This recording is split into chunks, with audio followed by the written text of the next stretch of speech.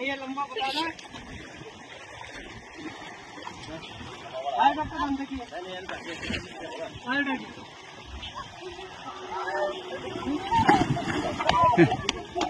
चलो भी आजा